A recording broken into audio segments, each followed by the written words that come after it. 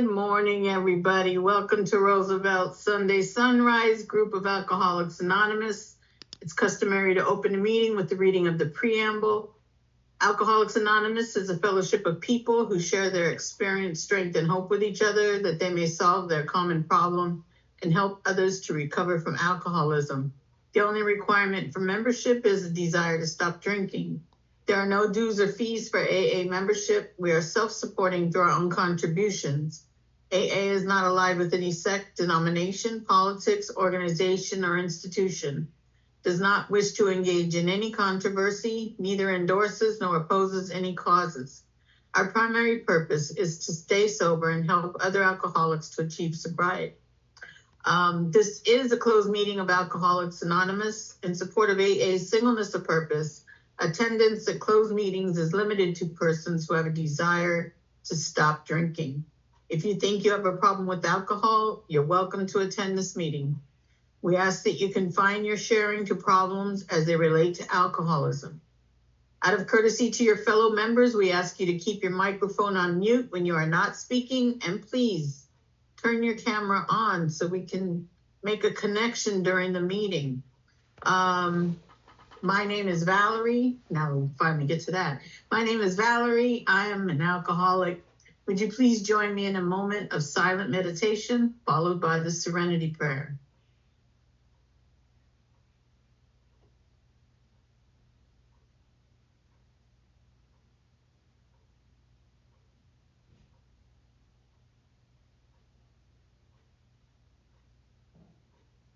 God, grant me the serenity to accept the things I cannot change, courage to change the things I can, and the wisdom to know the difference. Thy will, not mine, be done.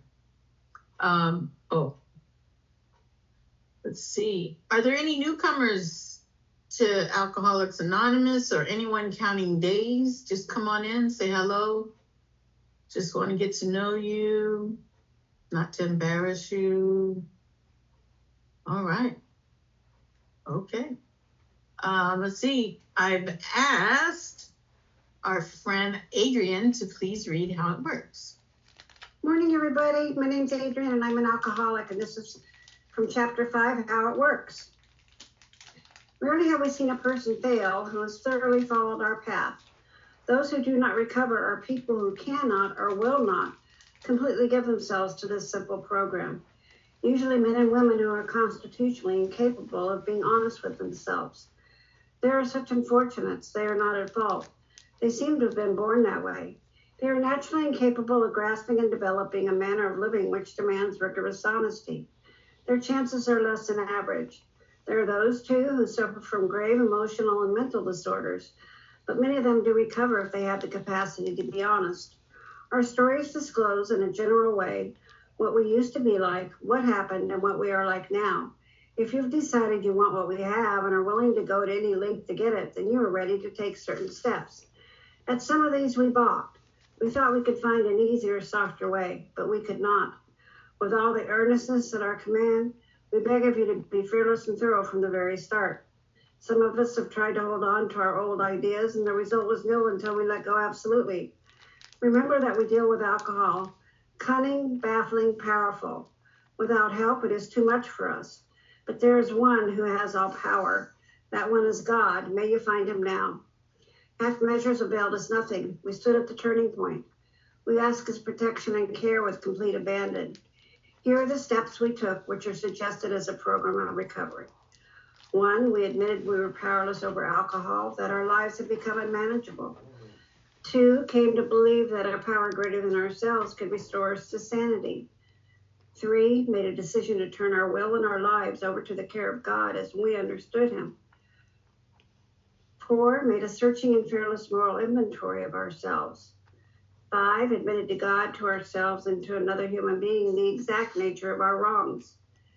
6, were entirely ready to have God remove all these defects of character. 7, humbly asked him to remove our shortcomings. 8, made a list of all persons we had harmed and became willing to make amends to them all.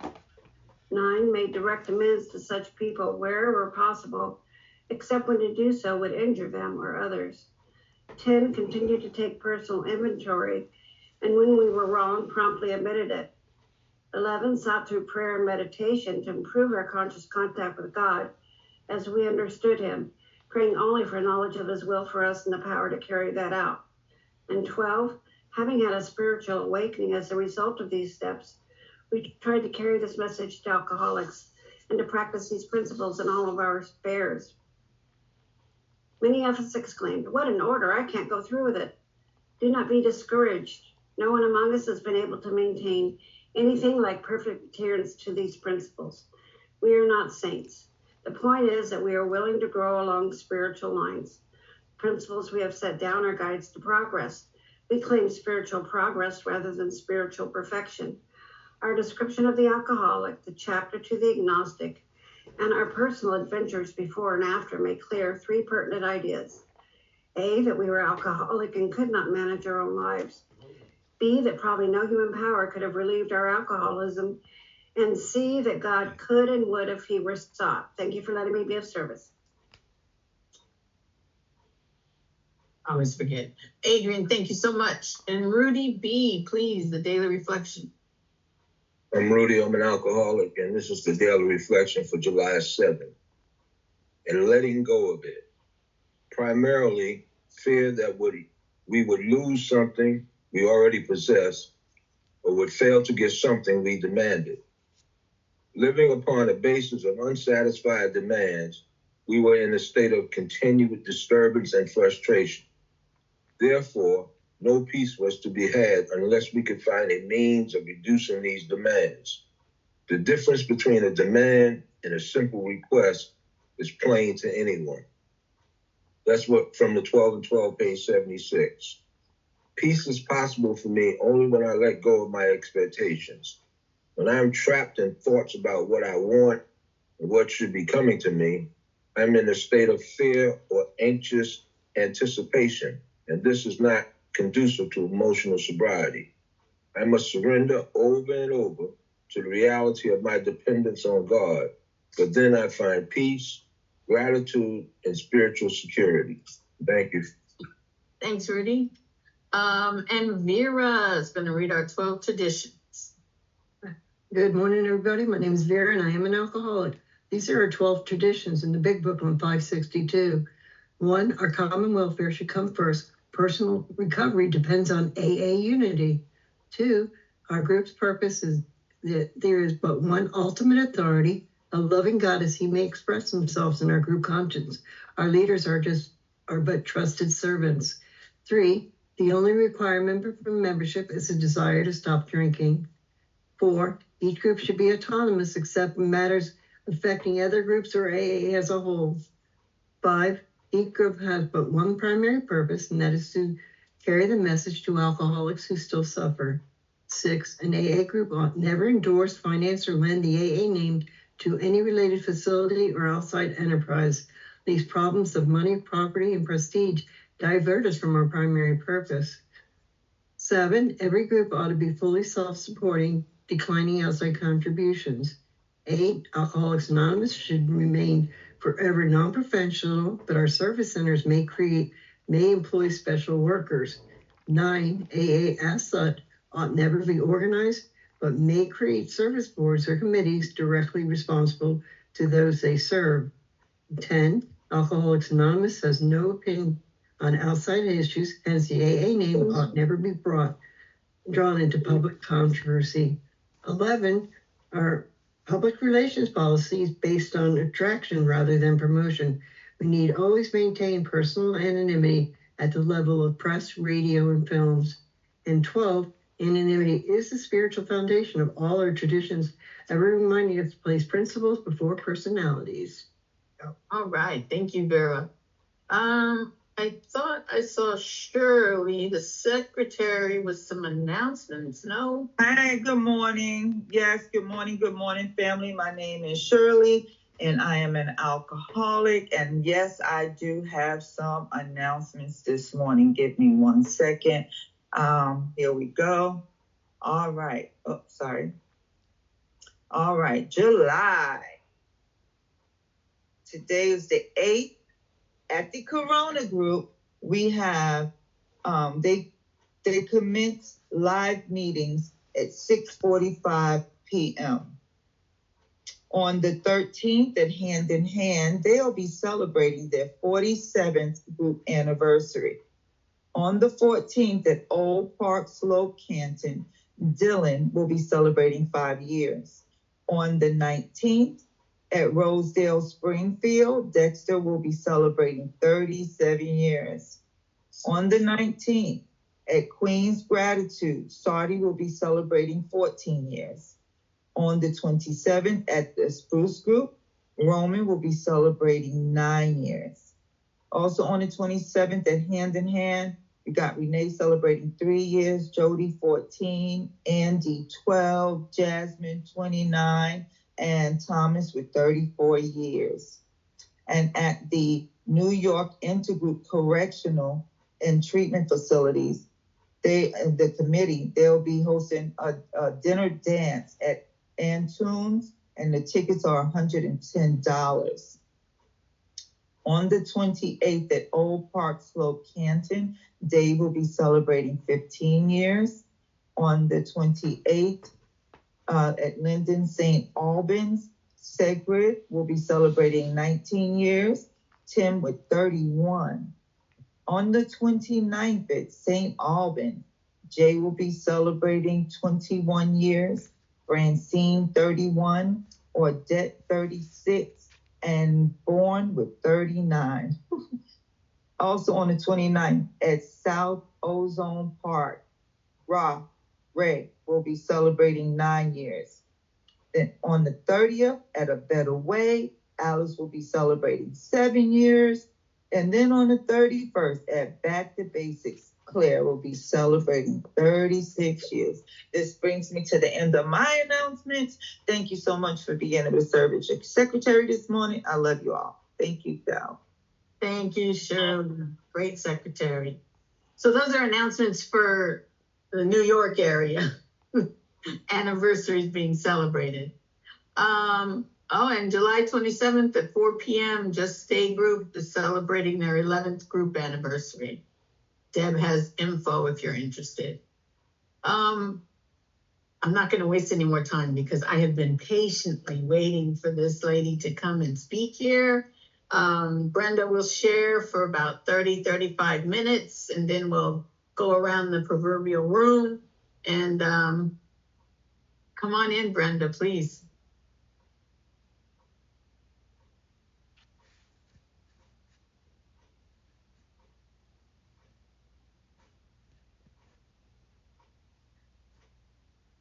God,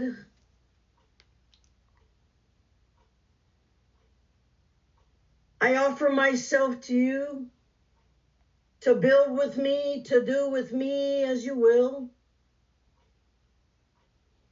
Relieve me of the bondage of self that I may better do your will. Take away my difficulties, that victory over them may bear witness to those that I will help of your power, your love, and your way of life. May I do your will always. My name is Brenda. I'm an alcoholic. Good morning, everybody. Afternoon, evening. I want to apologize to all the newcomers for speaking in the middle of the night like this. Y'all know those addict time zones we used to live in.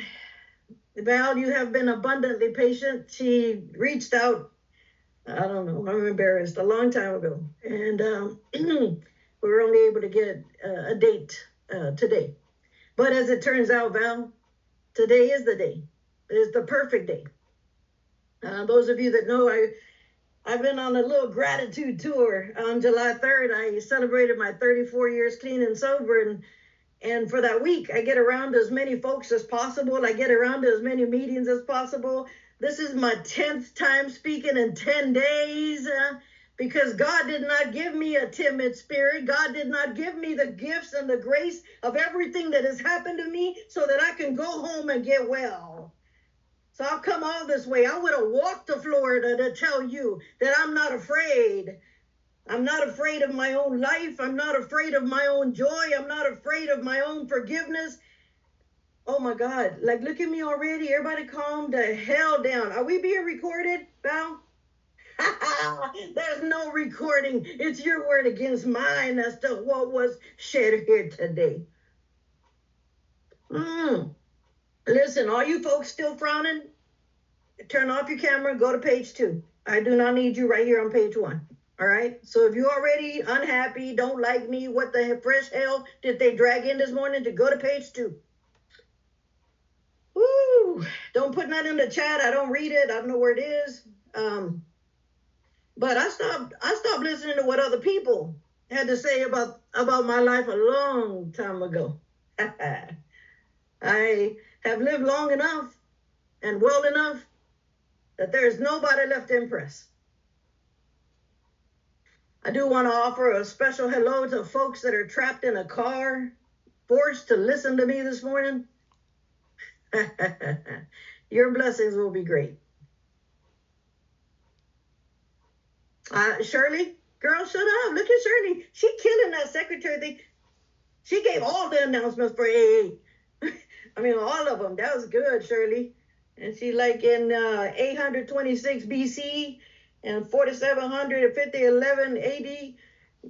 And then she like announced a dance that was going to be $110. I don't even know when that is, but you people y'all better know how to dance if I go. Y'all better have some steps. Get on the Google. I say that for the kids. It's like, ma'am, you're so old. It's not the Google. Or get on the face page. It drives kids crazy. Just say that. I was on the face page.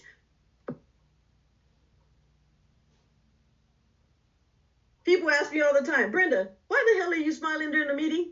Even when you're not talking, you're smiling. I'm like, you're asking the wrong question. Why is me smiling bothering you? Oh, I see Kendra Lynn on here. I see many of my friends on here. How blessed am I? How blessed am I? How highly regarded am I by God? That I have the privilege of looking out onto your faces today. And those of you that I don't know, that just accidentally hopped on this meeting and wish that they could get out. We're not friends yet because I haven't met you. But that's the only requirement.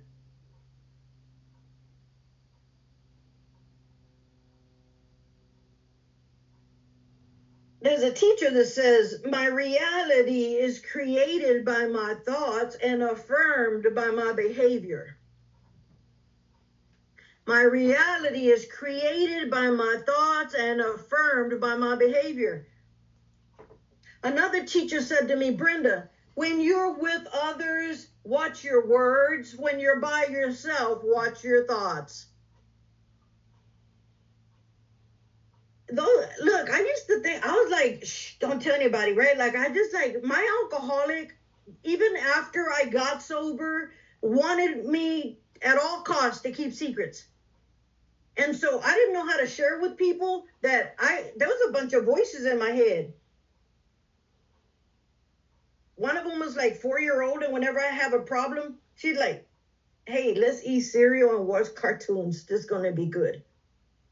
And then there's a 12-year-old walking around with a bat beating the hell out of everybody. No, shut up. No, shut up. And then this 18-year-old who just, wants to smoke weed and die. And then the 24-year-old I was when I got sober. And one day, look, trying to get all those voices in the car to go somewhere they usually don't want to go, like work. But I finally broke down and told my sponsor, I said, oh my God, like there's a bunch of voices in my head. She said, bring them all to a meeting. One of them is bound to get sober. And I'm here this morning because that happened. I'm here this morning because God has made it possible. And I want you to know that if you ever are in a meeting where I actually sit down and talk about what it was like at great length, you would wonder how it is I am alive, and you would definitely be bewildered by my relationship with God. But what I was like was that I needed alcohol to manage a day. I needed alcohol to manage the suffering. I needed alcohol to make my life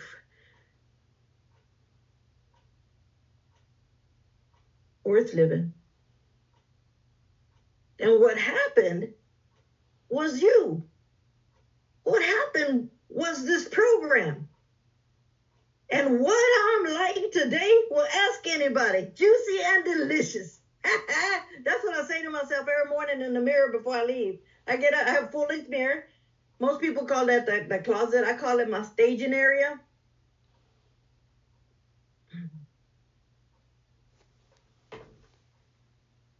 I have found out that I am not punished by God. I am punished by my mistakes.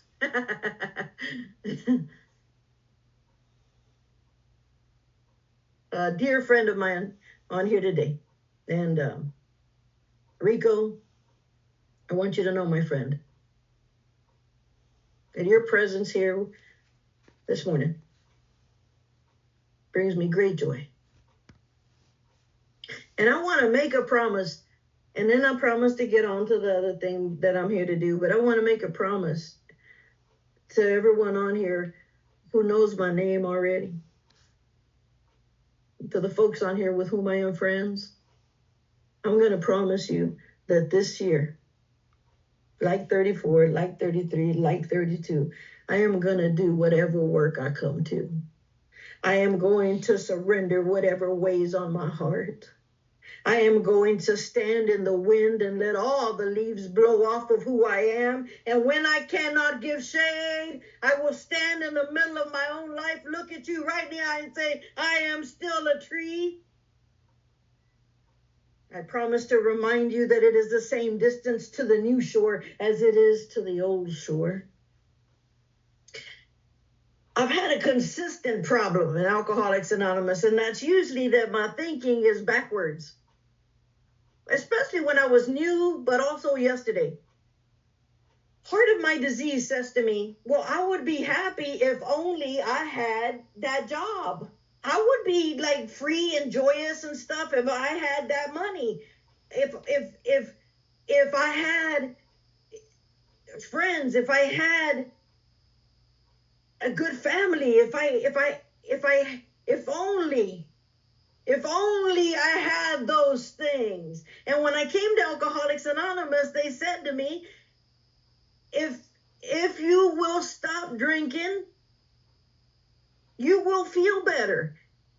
And if you feel better, you will get a sponsor. And if you get a sponsor, you will work the steps. And if you work the steps, you will be able to help others. And if you are able to help others, then you have fulfilled your primary purpose. If only. If only. If only I still had my mom. If only my nephew Matthew hadn't died. I was living in San Antonio, and my younger sister Maria, was living here in McKinney. And Matthew was the very breath of God. He had never been able to walk, had several birth defects, and here's our angel. And I was living in San Antonio, and God's like, hey, we got to go. Okay. So I knew I was moving. I didn't know where. I didn't know where I was going to live. I didn't know what, nothing. God's like, hey, we got to go. I'll start packing. Literally, I start packing. And I interviewed for a job. I'm a teacher by profession, and I interviewed for a job, and the guy's like, just stay by your phone. Stay by my phone. So I stayed by my phone, and he's like, this was on like a Wednesday. He's like, can you start on Monday? I said, sir, when you said stay by your phone, I already packed my crap. I'll be there on Monday. And so I moved to McKinney, where my sister was with my nephew. And that was in September, August, sometime in 2017. Matthew was always in the hospital during the holidays, though. We were used to that. And And that year, Matthew died over the Thanksgiving break. As they were getting him ready and unplugging everything and fixing him up for us to come see him one more time, I'd been there by myself with my sister for a moment, and I'd walked into the room, and she was in the bed with Matthew saying, "Matt, Mommy's going to be just fine. You can go." And I stood at that door and I watched my sister say goodbye to her son. And I thought, God, help me. I'm not that sober. I'm not sober enough. Help me. Soon thereafter, the rest of my family showed up, and we were waiting in a circle in the lobby. And my sister from across the way looks at me and she says, "Did you know?"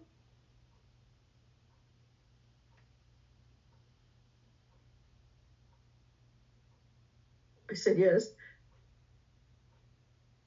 She said, "When you called me and told me you were moving to McKinney, I thought to myself, God's gonna take Matthew, and he knows I can't do that without Brenda."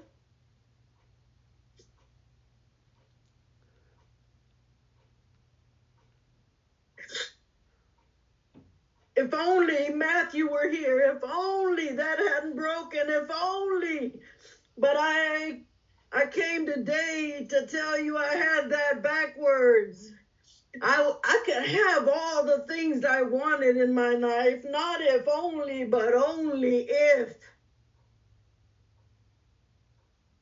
Only if I stop drinking will I feel better. Only if I feel better will I get a sponsor. Only if I get a sponsor, I will work the steps. Only if I work the steps, I will be able to help others. And only if I help others will I be fulfilling my primary purpose.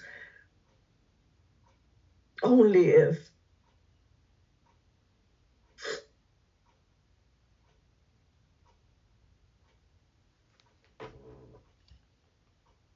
I'm going to tell you what's happened to me in 34 years. And as the kids say today, I have the receipts. I have the receipts for what's happened to me in the last 34 days. The other thing, I decided for my 35th year, I'm going to start coming out of my shell. I have such a problem. I'm just so reserved. Girl, I can't even spell reserved.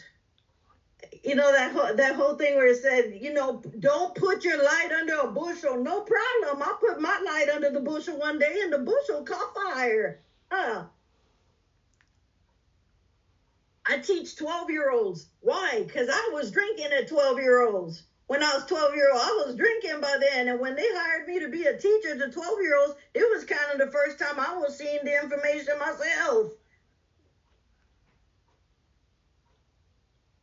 I'm just going to tell you one story about the kids. There was always shenanigans going on. Y'all know about the rubber chicken I had going in the fan, and the chicken would just like this all day. And the kids are like, "Ma'am, why is there a chicken?" Baby, that's not a chicken. That's one of the kids from last year. Anyway, so we're always clowning around, right? And one day the kids raised their hand and said, Miss Hustle, Thomas fell on the floor. I'm like, "What you mean? Kick him. I mean, not hard. Just kick him and see if he moves." And so they did, and he didn't move.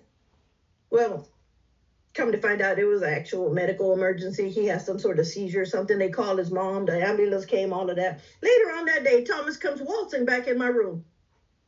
He said, "My mom want to talk to you." I'm not going to lie, y'all. All I could think about was like, does he remember being kicked? And I said, "What is that little baby doing back here?" She said, he said that if anything happened to him, that you would know what to do. Before I tell the kids, before I ask you your permission to teach you math. By the way, early sobriety all my life, I'm like, God, the two things I do not want to do is be a teacher and teach math. So in a few weeks, I'll be starting my 19th year, a teacher teaching math.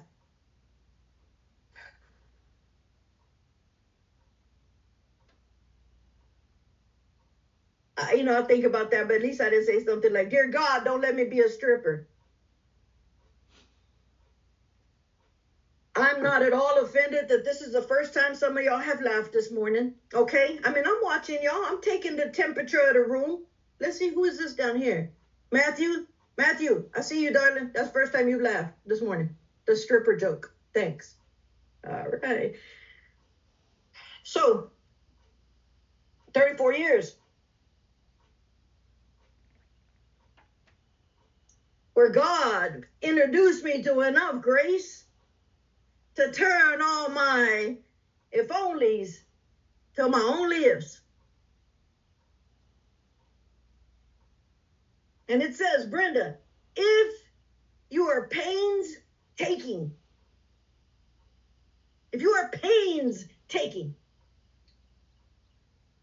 about where you are right now, wherever that is, Brenda, you are going to be amazed before you're halfway through. You're going to know a new freedom and a new happiness. You're going to know a new freedom and you're going to know a new happiness. You're not going to regret the past. If only if. You're not going to want to shut the door on all of that. Only if you work these steps will you comprehend the word serenity, and only if you do what is required and not do what is easiest. If you do, Brenda, if you do what is required and not what is the easiest, you will know peace.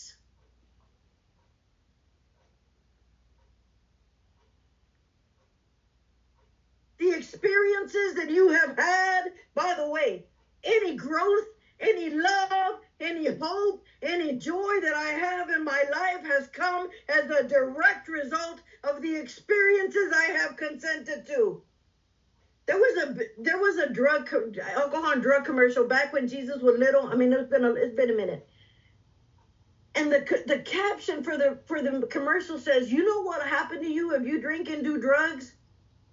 And then they pan to this guy in the basement of his house watching TV in the dark.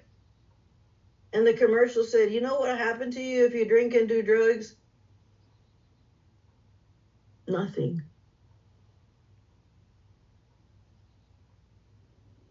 Nothing.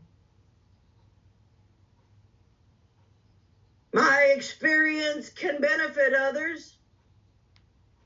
I've had people in AA who told me, I prayed, I'm like, God, help me stay sober and don't do to me what you did to Brenda. God didn't do anything to me. God has never done anything to me, but God has done everything for me. You know, there's that saying that said, I used to go to God and tell him how big my problems were, and now I go to my problems and tell him how big my God is. Look, I don't know. You don't have to call God by God. I don't know what else to call it. I don't know what else to call him. We'll make lightning. We'll take a seed and turn it into a tomato, a sperm and an egg, and turn it into a life. I don't know what else to call the thing that does that. Brenda, that feeling that you have, well, only if you do this, that feeling of uselessness is going to disappear. It's going to go away. What? There was two things I felt when I came to AA, anger and useless. That feeling of self-pity would disappear. Don't get me wrong. I have walked many rooms looking for it. Where'd my self-pity go? People in AA, by the way, if you're like a fan of self-pity, while you're searching for it, people will just step over you and keep moving. Apparently, it's a party no one wants to come to. You will, Brenda, lose interest in selfish things. The self-seeking you have always been tortured by. will slip away. I'm Mexican. I don't have no experience with things slipping. And that's only funny if I say it. Nothing Mexican slips. By the way, hey, you know we're on the right track when you can look at all these circles and see all of the flavors. Look at all the flavors we got here. If I go to a meeting and they only have like 2 flavors, and look, especially early in the pandemic, we used to have this joke. Me and my cohort of folks, you know, they need help, those folks, and that's why I'm their friend. But we would get on and we would say, okay, who can spot the other Latina? And we'd go through Zoom, page 2, page 3. I found her, page 3. We don't do that no more.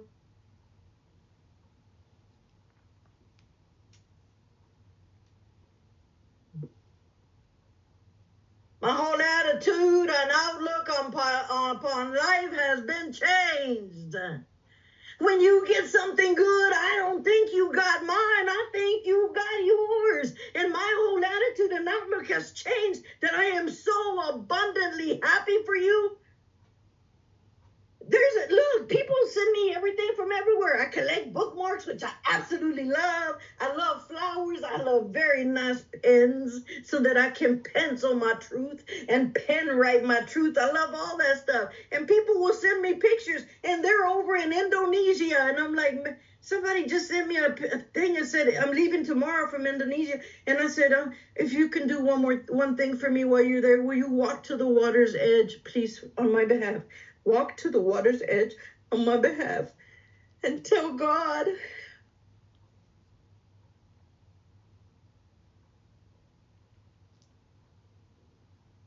could you walk to the water's edge and tell God that I said I love him?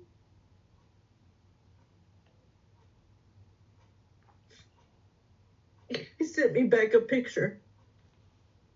It was dark. There was one light. And in that one light, I could make out. I could make out the water and the sand.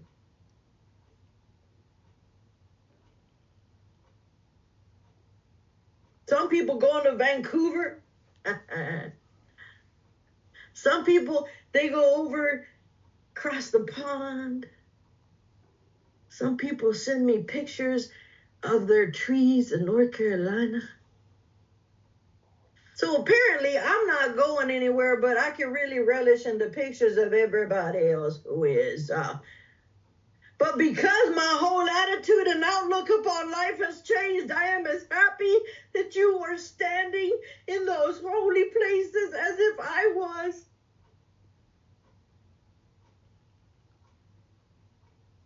And the truth is that when my life opened, my hands opened, my life opened, my heart opened.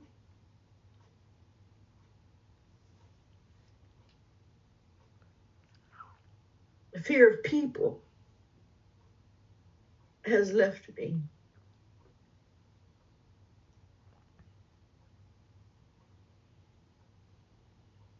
The fear of economic insecurity has left me.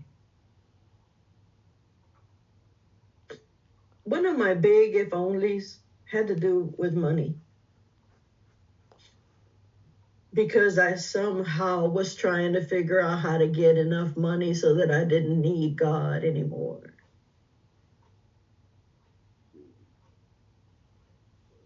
I've never had money. I didn't come from it. I'm one of 9. I have there were 2 brothers and 7 of us. So, and before my mother and father passed, they brought us all together. And everyone traveled back home because my father and my mother had summoned us. And we were like, does anybody know what's going on? Why would they call us to come home? They've never called us to come home. And so we all got there. And all the 9 of us were sitting around the circle with my mother. and my father.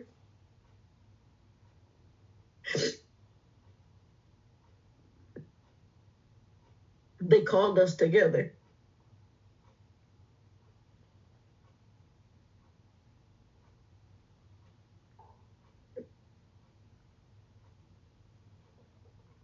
Apologize, to make amends.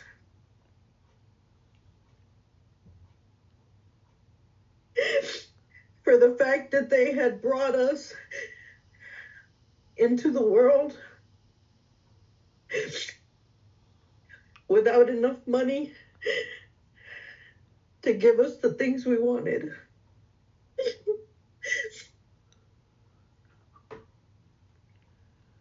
They said that they were sorry that they brought us to live a life of suffering, to live a life of struggle.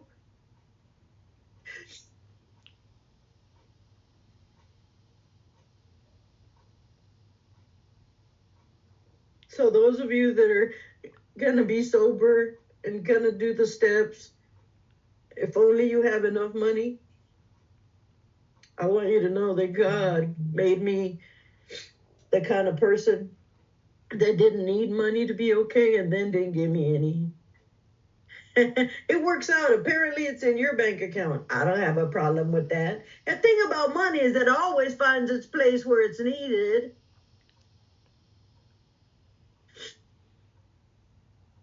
Let me finish here and then I'll share a story and move along. I now can attest to you. I can now give you my word that I intuitively know.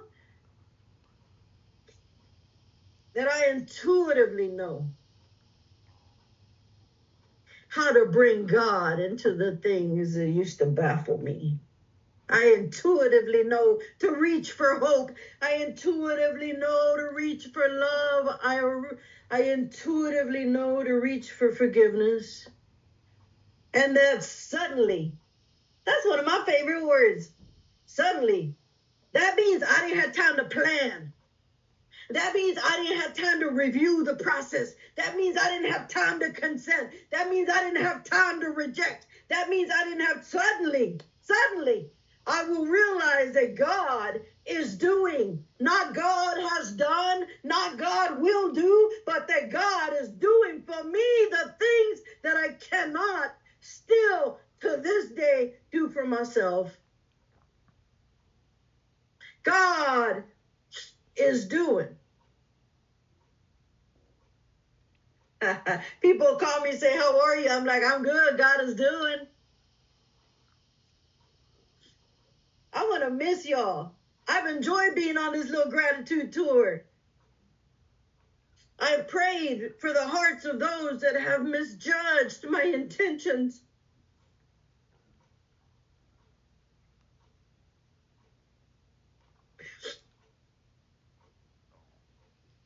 Sometimes when I go to God, I'm like, God, I just want to tell you that I'm sorry for it. He's like, well, hold on just a minute.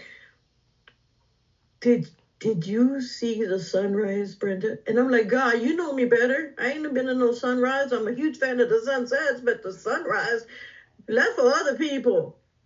He's like, all right, well then, did you see the trees? I got an extra. I just yesterday got a new shade of green from Amazon.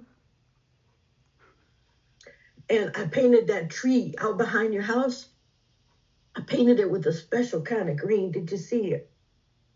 I say, God, but I was going to tell you about that thing. I really didn't mean to. He's like, well, hold up before you tell me about it. Because God is not concerned with the outcomes. God is only concerned with the process. God is only concerned with the moment. I'm going to share a story with you. Okay, I'm going to share two stories, but I'm sharing real fast. Okay, so I moved into an apartment building. Then it's brand new. I'm the first person that lives there. There's only 5 of us in the whole entire building. And little by little starting to get filled in. There's a woman that moves across the street. She's a little old lady. Don't even look at me right now like you're a little old lady. You better back up. So anyway, this woman's a real little old lady. Ay, no, Dios, no te digo. Y'all got me speaking Spanish over here. Okay, so this woman moves in across the hall, and I just go over and introduce myself because it's the thing we do in Texas. So I went over, knocked on the door, I said, hello, lady. So I just want you to know, because she's having a little trouble getting around. I could tell that by looking at it, and I said, I just want you to know, I go to the grocery store every day. And so if you ever need anything, I'd be glad to pick it up. I do not go to the grocery store every day, but that nobody needs to know that. So we got to know each other a little bit, and I'd see her in the hall. And when I knew that she would wait, she knew what time I'd leave for work. So I started leaving about 10 minutes earlier so that we would have time to talk in the hall. Anyway, so one day, a couple months after that, she had said that she would cook me dinner. She shot to the top of the friend list. I don't cook. My mother said I better wind up with somebody that'll let me sing from my food. So I do. So anywho, she said she cooked dinner. And one day I'm in my house, I'm minding my own business, and God's like, hey, call that lady across the street. I'm like, across the hall. It was a street, across the hall. So I'm like, I don't know, I have to follow him, I pick up, and I'm like, hey, it's Brenda. And I'm saying to God, well, this is awkward. So anyway, you say you were going to cook for me? Like, who does that? And she said, yeah. I said, okay, well, I can't come over there till Friday, so don't be cooking nothing good till then. I'll see you then. Goodbye. So Friday comes, I go over to her apartment, I'm sitting there, and we get to talking. And find out that she and I were born in the same hometown.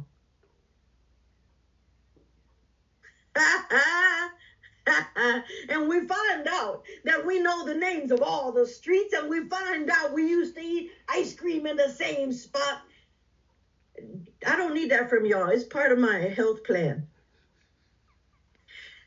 I digress. And so we're talking all this, and she sat down, we had dinner. Oh my God, we're just talking about all sorts of things. And then she says to me, she got really quiet. She said, Brenda, on Wednesday when you called me?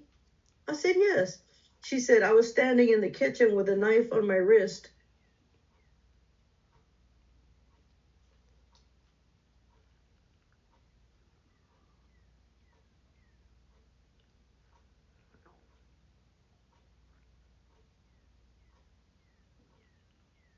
And then I thought, well, I can't kill myself. I got to make dinner for Brenda on Friday.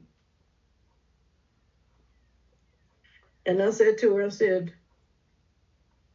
look, I said, I just want you to know that if you do this, you're going to miss the best part. I don't want to spoil the ending, but you're going to miss the best part. And until you're able to write your granddaughter a letter and sit her down, she's like 6, sit her down and explain to her, because this isn't going to end the pain. This is going to transfer it to her. And as soon as you can explain to her why you had to do this, why there was no other way, then you can go. She's still around. When my father was dying, okay, I'll share. Okay, I'm not going to share that story.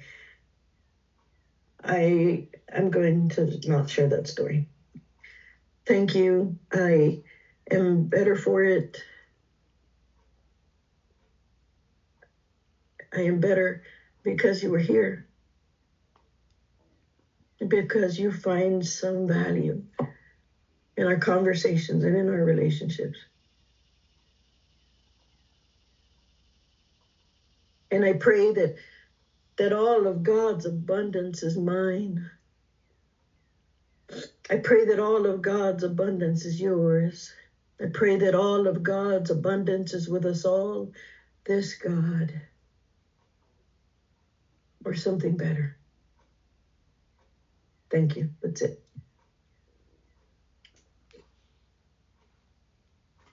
Oh my God. You always get me. Always get me. I'm always like so emotional after your meeting, but it's so worth it.